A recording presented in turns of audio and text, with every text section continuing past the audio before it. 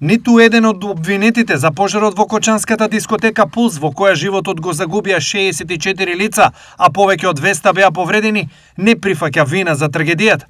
Како што се товарат во обвинителниот акт, покажуваат нивните приговори на обвинението, изнесени во судската оценка на обвинението, чии делови објавува порталот Призма.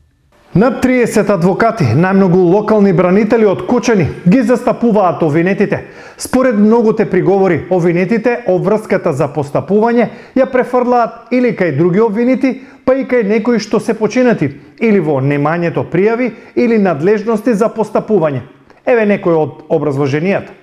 Првообвинетиот собственик на дискотеката Дејан Јованов, кој го чека судењето во Комоновскиот затвор, вината за трагедијата ја префрла кон институциите, кои пропуштиле да го регулираат објектот. Дел од одговорноста според приговорот што го поднел префрла и кај бендот ДНК, затоа што не му пријавиле дека ќе користат пиротехника.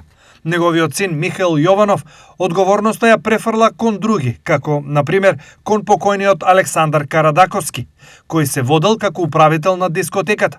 Братот на Дејан Јованов, Тодор, во приговор се изјаснил дека не бил формално одговорен во фирмата на неговиот брат, како што тврди обвинителството, туку само продавал влезници во дискотеката како хонорарец. Приговори има и од многуте инспектори, градоначалници, министри, како и други функционери на локално и централно ниво, кои се опфатени со обвинението. Тие најчесто приговараат за ненадлежност, отсуство на соодветна пријава или налог да делуваат. Обвинителниот акт опфаќа најчесто дела на нечинење и непостапување во период од 13 години.